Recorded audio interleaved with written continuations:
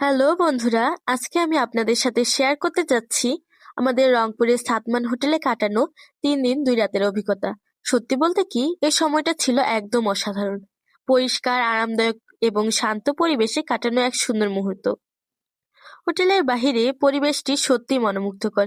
সুন্দর ডেকোরেশন, পরিচ্ছন্ন বারান্দা আর হালকা সবুজ গাছপালা পুরো পরিবেশটাকে প্রাণবন্ত করে তুলেছে। বাইরে দাঁড়িয়ে অনুভব হয় এখানে থাকলেই মন শান্ত হয়ে যায়।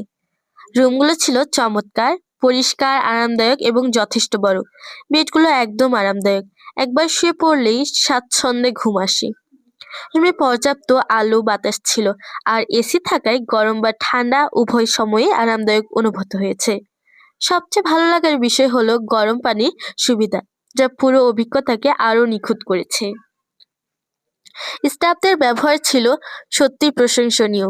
তারা ভদ্র, আন্তরিক এবং সবসময় সহযোগিতাপূর্ণ। কোনো প্রয়োজন হলে সাথে সাথে সাহায্য করেছেন। খাবারের ব্যবস্থা ও স্বাদও ভালো ছিল। আমরা সঠিক সময়ে খাবার পেয়েছি, আর খাবারগুলো ছিল সুস্বাদু এবং সতেজ।